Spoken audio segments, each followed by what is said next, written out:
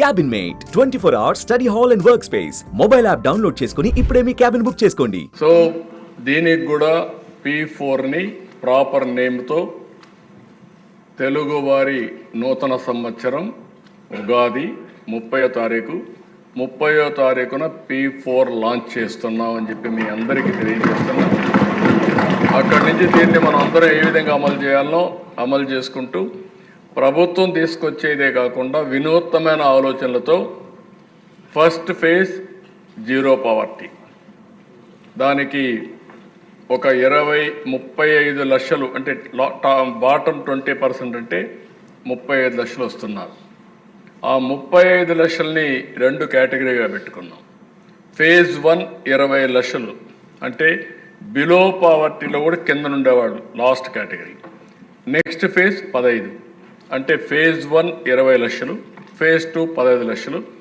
ఎవరైతే వీళ్ళని అడాప్ట్ చేసుకునే శక్తి ఉంటుందో, capacity and also resource base ఉండే వాళ్ళందరినీ పెట్టి అక్కడి నుంచి స్టార్ట్ చేస్తాం. వాళ్ళకి గైడ్లైన్స్ ఇస్తాం. రేపు రాబోయే రోజులు వాళ్ళందరికీ ప్రభుత్వం తరఫున అవార్డ్స్ కానీ రికగ్నిషన్ కానీ ప్రతి సంవత్సరం ఉగాది రోజున వీళ్ళందరినీ గుర్తించే పరిస్థితి వస్తుంది. ఎప్పటికప్పుడు అనౌన్స్ చేస్తాం. మీ నియోజకవర్గంలో ఎంత ప్రోగ్రెస్ సాధించారో అది ఎమ్మెల్యేలకు కూడా మేము ముందర పెడతాం. అంటే మీ నియోజకవర్గాల్లో ఎన్ని ఫ్యామిలీస్ ఉన్నాయి, ఆ ఫ్యామిలీస్ తలసరి ఆదాయం ఎంత పెరిగింది, జీవన ప్రమాణాలు ఏ విధంగా వచ్చాయి, మీ కాన్స్టిట్యున్సీలో ఉండేవాళ్ళు కానీ బయట కానీ ఎంతమంది వచ్చి ఈ P4 అడాప్ట్ చేసుకున్నారు, ఎట్లా పని చేస్తున్నారు అనే విషయాలు కూడా మీకు కూడా పెడతాం.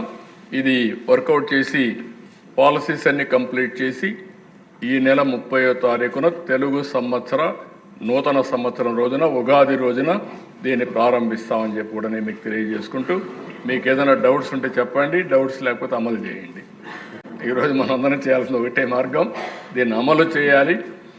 ఏదైనా సరే అంబేద్కర్ గారు ఒక మాట చెప్పారు, రాజ్యాంగం రాశాను, ఈ రాజ్యాంగం అమలు చేసే విధానం ఫలితాలు అమలు చేసే వ్యక్తులపైన ఆధారపడుతుందని.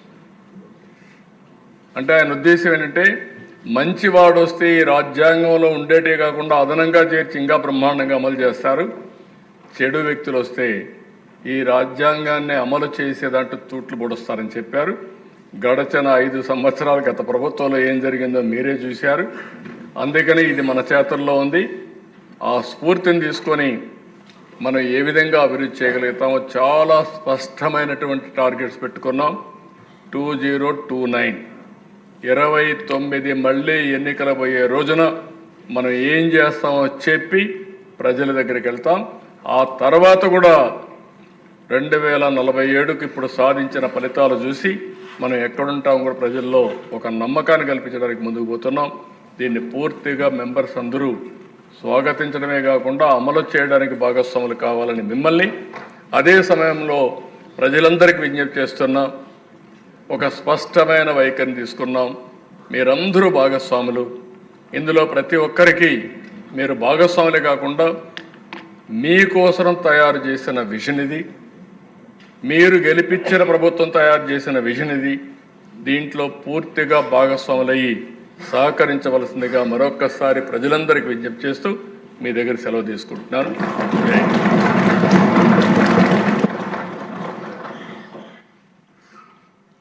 గతంలో రుణాంధ్రప్రదేశ్ అని, రణాంధ్రప్రదేశ్ అని, అంధకార ఆంధ్రప్రదేశ్ అని మాట్లాడుకునే వాళ్ళం. ఇప్పుడు కొత్త ప్రభుత్వం, కూటమి ప్రభుత్వం ఏర్పడిన తర్వాత అందరికీ కూడా స్వర్ణాంధ్ర, స్వచ్ఛాంధ్ర,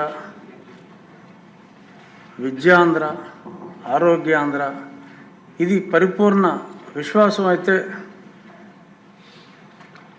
కలిగింది. ఇప్పుడు ముఖ్యమంత్రి గారు ఇంత వివరంగా చెప్పిన తర్వాత అది మరింత బలపడింది అంటంలో ఎటువంటి అతిశయోక్తి లేదు. ఇక్కడ మళ్ళీ వారిని ఎప్పుడు వెళ్ళను, అందుకని వారి జన్మభూమి స్ఫూర్తికి ఎక్స్టెన్షనే ఈ P4. సో ఆ స్ఫూర్తితో నేను చాలా కార్యక్రమాలు చేపట్టడం జరిగింది.